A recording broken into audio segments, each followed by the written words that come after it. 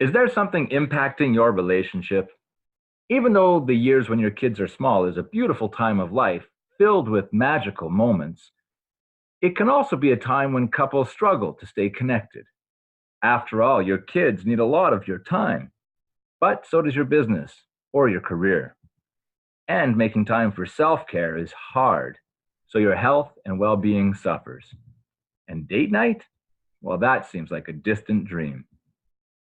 So instead of days filled with love and connection, there are moments of tension, stress, and worry. But what if there was help to get you through these years? A solution built with young parents in mind, one with no difficult concepts to master, one that's fun and gives immediate results, and fits seamlessly into your schedule no matter how busy you get.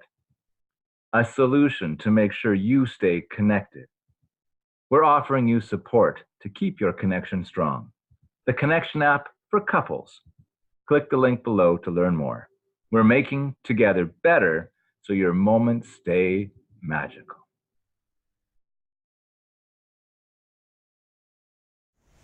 Welcome back, friends. Ashley Burgess here today. And today we're talking about the lack of sex, the lack of intimacy in a relationship. And it's interesting because many of us are in relationships right now where in the beginning things were working, and that's usually how most relationships go, right? In the beginning it's interesting, it's new, it's fun, it's exciting, and then over time things change. But what do we do and what do we not do? Because I think a lot of times we end up doing things that we don't need to be doing. We do a lot of things that, well, quite honestly, probably not the right way of going by it, not the right way of opening that line of communication.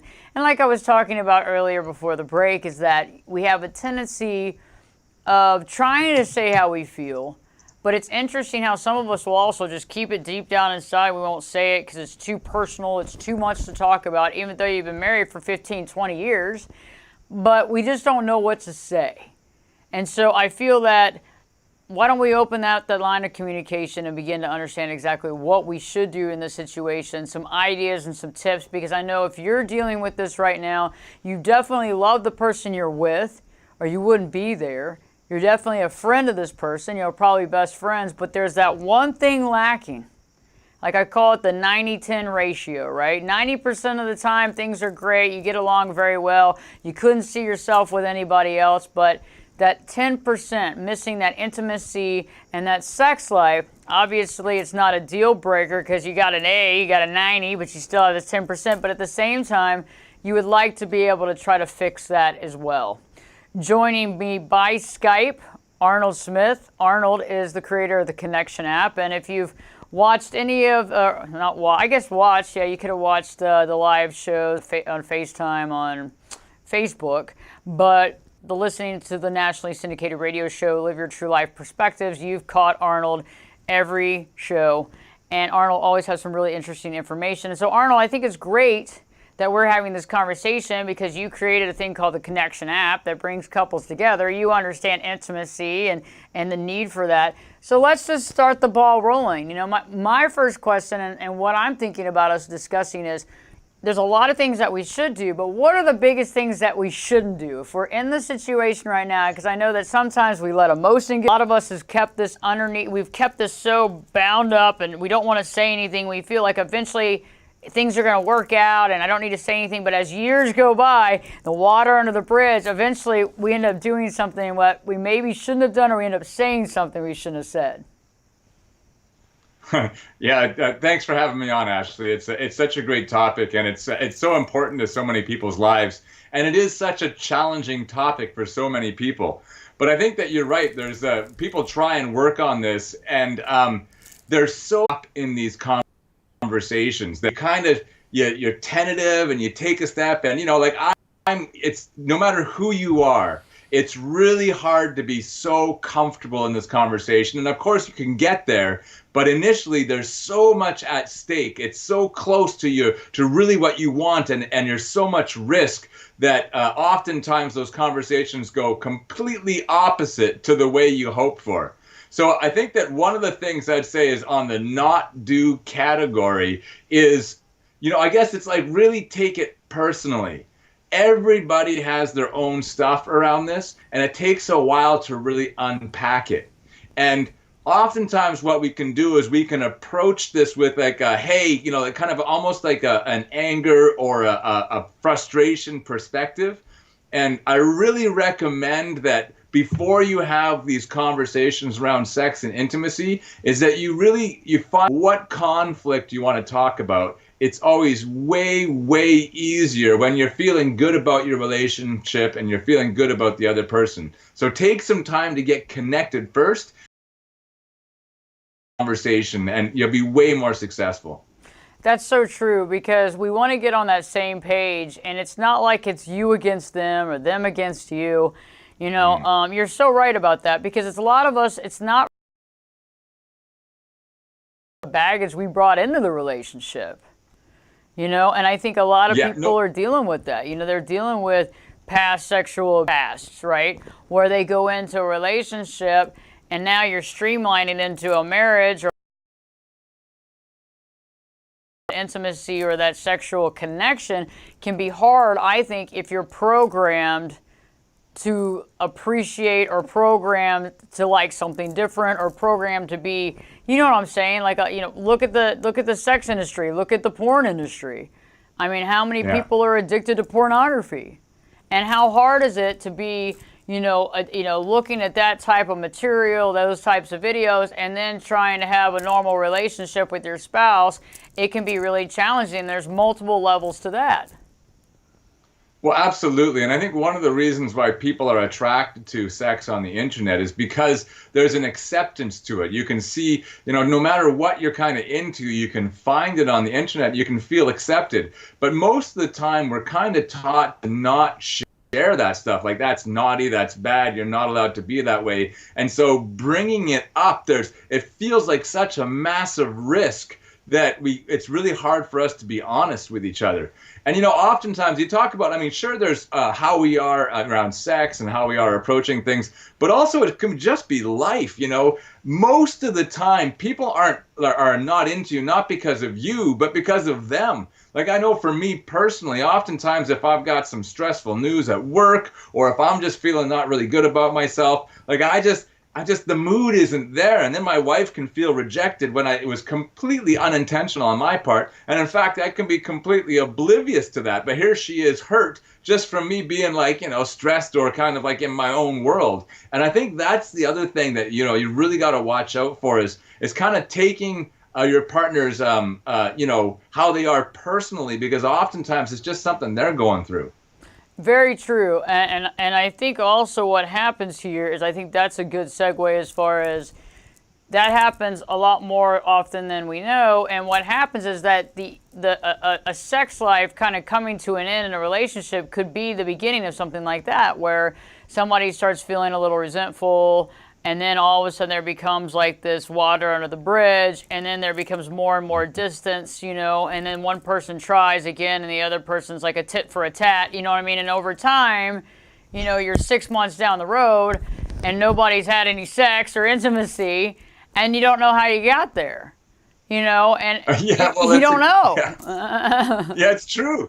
It's true. Like, there's these little things, this tiny resentment. Maybe someone forgot to take out the trash, or didn't empty the dishwasher, or, didn't do the laundry, whatever it was, burnt dinner. You never know. Like, you have that resentment, then you just didn't get resolved. And that's a barrier to intimacy. Anytime you aren't resolving, disagreements or getting through your communications, you're holding on to that. And regardless of whether you're communicating that or not with words, you're communicating that with your body, with your energy, and your partner gets it. So much of our communication is actually nonverbal. So when you have that resentment that you're not dealing with, you're not getting through, it's being communicated. And then you're wondering, well, why are they rejecting me? I'm open. Like, you might think that's the case, but inside you've got this little tiny resentment that they didn't get dealt with, and that can have a big impact on how someone feels, like whether they're attracted to you or whether they just kind of feel like you're pushing them away a bit.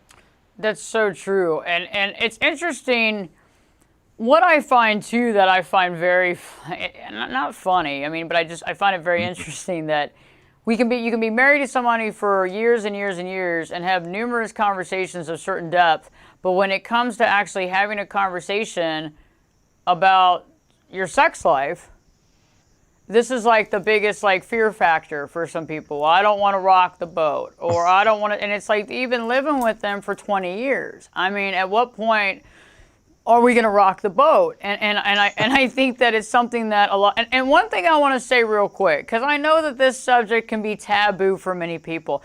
And I can tell you one thing, it'll be interesting to see how many people don't watch this video on social media because they're scared that they're watching it. But I'm telling you, every single person on this planet has dealt with this at one point in time, or is currently dealing with it, or has a friend, a best friend, or a family member who's dealing with it. So, I mean, you could be watching this to help a friend out. You could be watching this to say, hey, I saw this video, you might want to check it out. I know you've been having some issues with your marriage. Or you might check out this video, you have great intimacy in your marriage, but you want to, hey, know some of the pitfalls and what to do. And so by watching this video doesn't mean that you're having a lack of sex. We just have to open this conversation, because I think that even if you're also having sex in your relationship, sometimes the sex that you're having, there's not real intimacy with that. I mean, you can have sex, but is it real intimacy? So you got to think about both sides of that coin. Some people can have really great sex and have sex all the time, but there's no respect in the relationship, Or some people can have that sex and there's no real love in the relationship. It's just kind of a robotic type of action, right? And so there's a lot of different things. I think sex and intimacy are really two different things. Oh, yeah, bang on. I mean, that's, I think, what the problem with so many relationships is they collapse those two as one thing, and they're completely different. Now, when you have them together, there's a level of connection, and intimacy and sex are related, of course. But intimacy is really being connected to the other person. One definition, which I really like, is the idea of being known.